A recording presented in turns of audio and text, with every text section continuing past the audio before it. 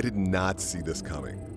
I'd never heard of Crying Suns, and I absolutely hate 2D games, but here I am, glued to the screen for hours as I command my battleship through the interstellar void, trying to reach the Empire's forsaken capital. It's tense, it's hard, and people keep dying left and right, but damn, is it fun. The first title from French developers Alt-Shift, Crying Suns was brought to life after beating its €25,000 Kickstarter goal by nearly 50,000 euros a little over a year ago. Taking place in an original universe populated by mankind's spacefaring 700-year-old empire, this indie sci-fi epic combines RPG space exploration, ship management, and turn-based combat into a single, gorgeous package.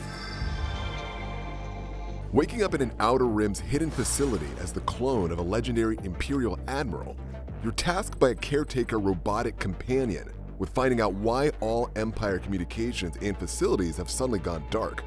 Possessed of a fully equipped battleship and a hand-picked crew, you venture out into the galaxy trying to make your way to the Imperial's capital and trying to put the whole thing together on the way. The first thing that strikes you upon launching Crying Suns is how surprisingly good it looks.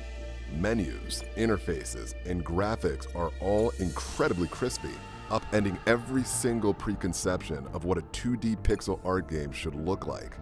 From the expressful animations to the detailed organic and robotic character models, Crying Suns' production value screams quality in a level rarely seen in indie games and lacking in many AAA ones. The game isn't fully 2D, with ship models, space stations, and astronomical bodies thankfully rendered in 3D. Suns, planets, vessels, and orbital facilities are all wonderful to look at, not only due to their intrinsically attractive design, but also due to small touches like rotating star systems and lights that go out when structures are powered down. I don't often get impressed by interfaces and visual cues, but the design and art team deserves all the praise for making something as simple as jumping between system points an interactive and visually interesting experience. A big part of that experience are the battles between ships, which take place in a real-time yet plausible 2D hex grid environment with 3D models. Featuring direct weapon and strike-craft squadron control, alongside a number of officers that must be rotated through slots to provide bonuses and damage control. The combat is efficient, yet a bit simplistic. Some of the fights tend to get a bit too hectic, but due to the inherent plane mechanics, can quickly get limited if never particularly overwhelming. The one thing I don't like is the RNG/roguelite focus. The game is designed as such, which means you're going to die. A lot. As you progress through the story chapters and accomplish feats, you unlock more ship designs, officers, and loadout options to use when you eventually bite the dust. It's an efficient design, and it's not incredibly aggravating if you mentally prepare yourself for it, but I personally dislike it.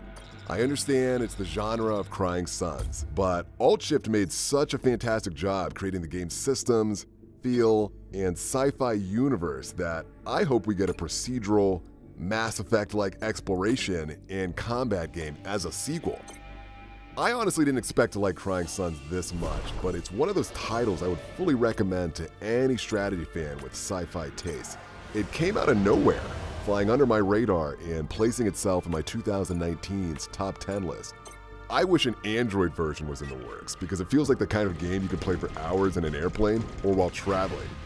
After several hours with Crying Suns and even more planned, I can't wait to see what the developers plan next.